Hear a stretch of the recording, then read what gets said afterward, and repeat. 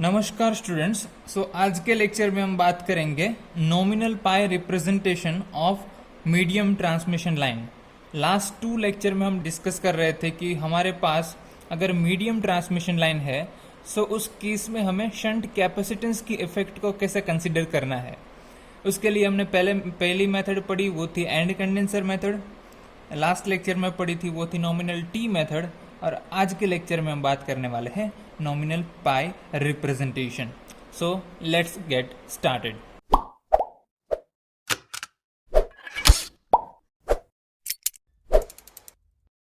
Okay, so for the lines more than 80 kilometers, or we can say less than 20 kilometers in length, and as well as we can say as far as your transmission voltage is concerned, it should be greater than 20 kV and below 100 kV. So उस type की line को हम क्या कहते हैं? Medium transmission line. और उस case में हम शंट कैपेसिटेंस के इफेक्ट को कंसिडर करनी पड़ेगी। Okay, because the effect of shunt capacitance will be considerable, so we have to add the effect of shunt capacitance.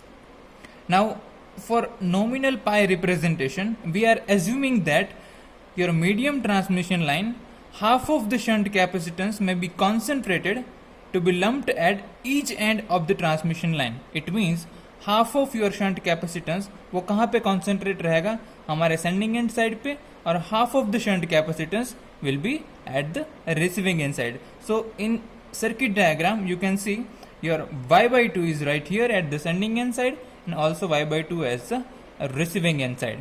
पिछले लेक्चर में नॉमिनल टी में हमने क्या किया था? हमारा जो शंट कैपेसिटेंस था उसको कहीं मिडल पे पूरा y कॉन्सेंट्रेट है ऐसा एज्यूम कर रहे थे। ठीक है, ये नॉमिनल पाई में हम क्या कर रहे हैं? Half is concentrated at the sending end side and half at the receiving end side. Now one of the advantage of using nominal pi representation rather than using a nominal t representation is we are not having extra node in between the transmission line. Okay, t representation में क्या था? यहाँ पे एक node आ रहा था। It means जब हम एक्चुअल ट्रांसमिशन लाइन की बात करें तो वहाँ पे एक एक्स्ट्रा बस ऐड हो रहा है। ओके, और कैलकुलेशन में भी हमें बहुत सारा मतलब यहाँ पे हमारा एक ही लूप होगा, उसमें एक नोड ऐड हो जाएगा, तो calculation will be also somewhat lengthy. Okay, so nominal pi representation will be much easier and more practical than using nominal T representation.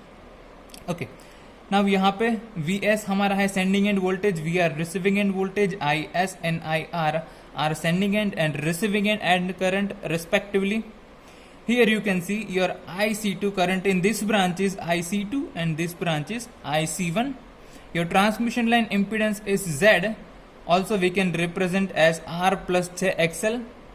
Now current in this branch, that is we can say current in transmission line is denoted as IL. So it is not the load current, ये load current नहीं है, ये line current है। load current है हमारा IR, और we can say receiving end current. Okay. So now from KCL, the current in the series impedance designated by IL is, so if we want to find the current in this particular section, let's say just apply KCL at this point. So if you have KCL at this point, the incoming current is IL. So incoming current IL can be written as outgoing current, that is IR plus IC1. Okay, so IL is equal to IR plus IC1, और IC1 को हम क्या लिख सकते हैं? It is y by 2 multiply by VR, because इसके across में voltage क्या होगा? VR। सेम इस कैपेसिटर के अक्रॉस में वोल्टेज क्या होगा? VS। ओके, सो यहाँ पे आएगा VS, यहाँ पे VR। सो ये करंट की वैल्यू फाइंड करनी है IC1, तो वो आएगी y by 2 multiply by VR। Okay, I hope you get it. Okay, so from KVL, the sending end voltage we can write. So here you can see your equivalent circuit diagram, and we want to find Vs and Is in terms of VR and IR to find out the ABCD parameter. So Vs find करेंगे, let's say यहाँ पे आप KVL apply करो तो हम लिख सकते हैं Vs, that is our sending end voltage across this capacitor will be Vs is equal to VR that is the receiving end voltage plus voltage drop in transmission line. Okay, it is very easy. So we can write Vs is equal to Vr plus transmission line impedance is Z and current is IL. Okay, now we have already calculated the value of IL, that is nothing but IR plus Y by 2 into VR.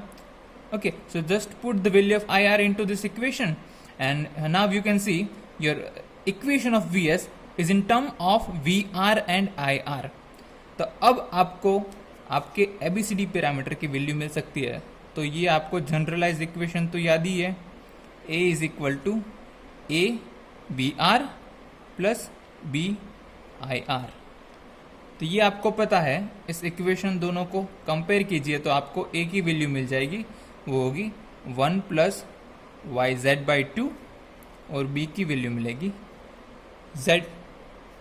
Okay, same again यहाँ पे आप KCL apply करोगे तो क्या मिलेगा? The incoming current that is IS is equal to outgoing current IL plus IC2. अब हमारे पास IL की भी वैल्यू है, IC2 की वैल्यू क्या आएगी? तो कि y बाई 2 इंटू VS. तो IC2 और IL की वैल्यू हम IS के इक्वेशन में रखेंगे तो यहाँ पे हमें मिल जाएगा IL plus y by 2 into VS. IL की वैल्यू रखी और VS की भी वैल्यू हमारे पास है तो VS की भी वैल्यू रख दो और इसको सॉल्व करेंगे तो आपको IS का इक्वेशन मिलेगा और यहाँ से आपको मिल जाएगी आपके C और D पैरामीटर. सो आपको कंपेयर करना पड़ेगा CVR प्लस DIR. सो C की वैल्यू क्या मिल रही है? So you can solve this, just you to just put the value of IL and VS और उसको सॉल्व करेंगे तो आपको ये वैल्यू मिल जाएगी. C का मिलेगा हमारा C parameter 1 plus y z by 4 और D की वैल्यू मिलेगी 1 plus y z by 2. Okay, so ये हो गया आपका ABCD पैरामीटर. यहाँ पे आप देख सकते हैं A is equal to D है, इट मीन्स आपका नेटवर्क है वो सिमेट्रिकल नेटवर्क है. Also you can find AD minus BC is equal to 1, ये भी आपको मिलेगा. इसका मतलब वो आपका नेटवर्क रेसिप्रोकल नेटवर्क है. Okay, so you can represent same equation in the form of matrix. Okay, ये ABCD पैरामीटर की वैल्यू आपको याद रखनी पड़ेगी क्योंकि एग्जाम्पल सॉल्व करने पड़ेंगे. उसके टाइम पे आप ABCD पैरामीटर की वैल्यू डिराइव करने बैठेंगे नहीं. सो उस टाइम पे आपको ये चारों वैल्यू याद होनी चाहिए. ठीक है, अब इसका हम वेक्टर डायग्राम ड्रॉ करते हैं. सो आई होप आपको ये नेटवर्क दिख रहा है.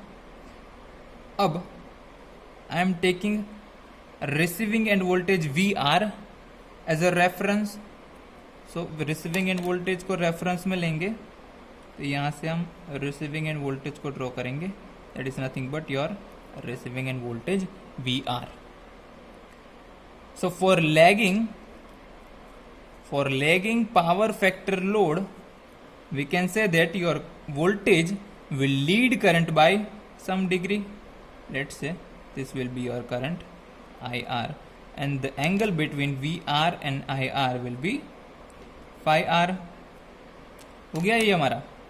ठीक है, और क्या है हमारे पास? हमारा current IC1 and IC2.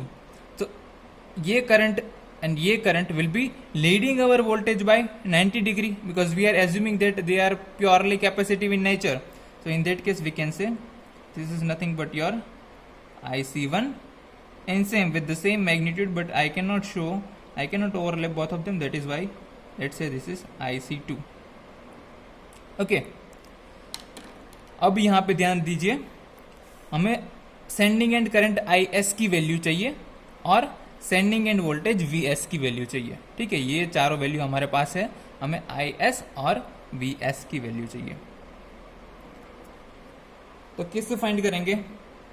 So IS यहाँ पे अगर हम KCL अप्लाई करेंगे जो पहले भी किया है तो IS की वैल्यू क्या मिलेगी? IL that is your line current plus IC2.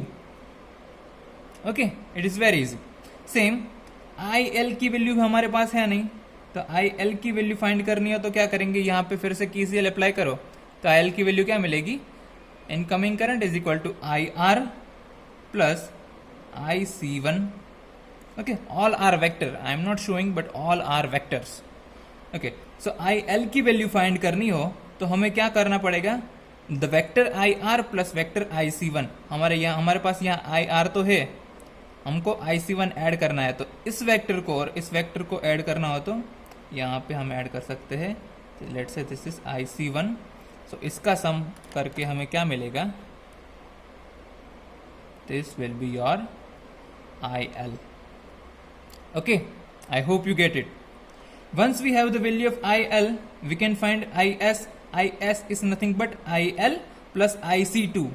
Now we can see this IC2 is also the same. So let us add IC2 right here. IC2 और IL और IC2 का सम करेंगे तो हमें क्या मिलेगा? The current IS.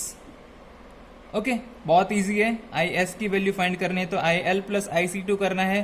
तो सबसे पहले तो हमें IL फाइंड करना पड़ेगा. एक बार IL मिल गया तो हमें IS की वैल्यू मिल जाएगी. ठीक है, अब यहाँ पे देखिए, यहाँ पे अगर हम KVL अप्लाई करेंगे तो वोल्टेज, सेंडिंग एंड वोल्टेज का इक्वेशन हम लिख सकते हैं.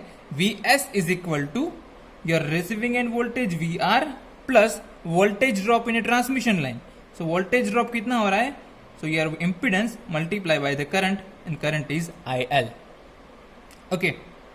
So हमें वोल्टेज, रिसीविंग एंड वोल्टेज हमारे पास है, हमें क्या फाइंड करना है कि वोल्टेज ड्रॉप कितना हो रहा है वो हमें यहाँ पे ड्रॉ करना है. तो हमें मिल जाएगा हमारा सेंडिंग एंड वोल्टेज. अब Z को मैं रिप्रेजेंट कर सकता हूँ R प्लस JXL से multiply by IL. So this term can be represented as R plus JXL multiply by IL. ठीक है. सो रेजिस्टेंस के अक्रॉस जो वोल्टेज ड्रॉप हो रहा है वो करंट IL के फेज में होगा. Okay, because this is pure resistance. और यहाँ पे करंट कौन सा है? IL. तो IL के डायरेक्शन क्या है? ये. सो हमारा इसके अक्रॉस जो ड्रॉप हो रहा है वो भी इनके फेज में आएगा. So this is nothing but IL multiply by R. अब दिस रिएक्टेंस के अक्रॉस में जो वोल्टेज ड्रॉप हो रहा है that is XL into IL. वो कैसे आएगा? So this voltage will be leading this current IL by 90 degree.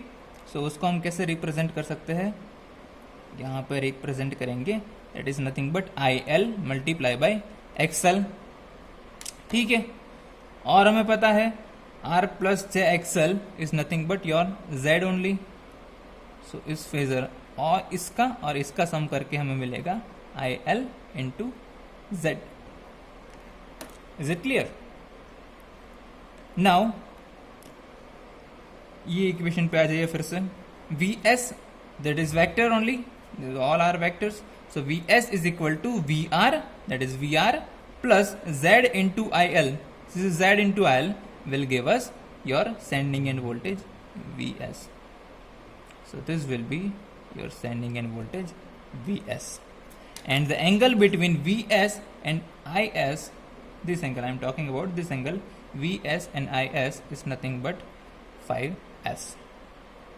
Okay, I hope you get it how we can find the value of VS and IS. Now we have the value of VS and IS both. From this we can calculate your transmission efficiency as well as voltage regulation. Okay, so example में हमारे पास होगा, example को हम दो तरीके से solve कर सकते हैं. अगर वेक्टर डायग्राम की मदद से आप सॉल्व कर सकते हैं तो वो भी ठीक है. अगर आपके पास ABCD पैरामीटर है उसकी मदद से आप सॉल्व कर सकते हैं, वो भी ठीक है. कोई भी अप्रोच आप यूज कर सकते हैं अगर एग्जाम्पल में आपको बोला नहीं है. अगर एग्जाम्पल में बोला है कि आपको ABCD पैरामीटर की मदद से ही फाइंड करना है, in that case you have to solve it with using ABCD parameter only. Okay, so next lecture में मिलेंगे तो हम बात करेंगे मीडियम ट्रांसमिशन लाइन के एग्जाम्पल के बारे में. Thank you.